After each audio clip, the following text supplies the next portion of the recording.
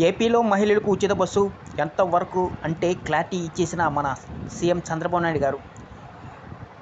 ఏపీలో కూటమి గత ఎన్నికల్లో ఇచ్చిన సూపర్ సిక్స్ హామీల్లో ఒకటైన మహిళలకు ఉచిత బస్సు ప్రయాణం పథకాన్ని వచ్చే నెల 15 నుంచి అమలు చేసేందుకు ప్రభుత్వం సిద్ధమవుతుంది.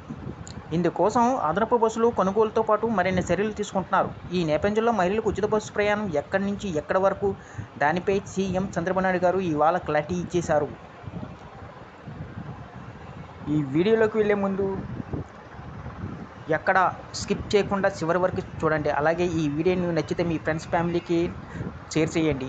ఈ ఇన్ఫర్మేషన్ యూస్ అవ్వచ్చు. అలాగే ఈ ఒక చిన్న లైక్ మా ఛానల్ని ఎంకరేజ్ చేయండి. ఏపీలో మహిళలకు ఉచిత బస్సు ప్రయాణంపై సీఎం చంద్రబాబు నాయుడు గారికి ఇవాళ క్లారిటీ ఇచ్చారు. నంద్యాల జిల్లా శ్రీశైలంలో జలహారతి కార్యక్రమంలో పాల్గొన్న సీఎం చంద్రబాబు ఆడబిడ్డలకు శుభవార్త చెప్పారు. ఆగస్టు 15 నుంచి జిల్లాలో ఎక్కడ తిరగాలన్నా బస్సులు ఉచితంగా ఉంటాయని చంద్రబాబు తెలిపారు.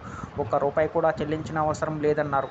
తద్వారా ఉచిత బస్సు ప్రయాణం పథకం కింద పరిధిలో అనేది చంద్రబాబు స్పష్టం చేసినట్లు అయింది.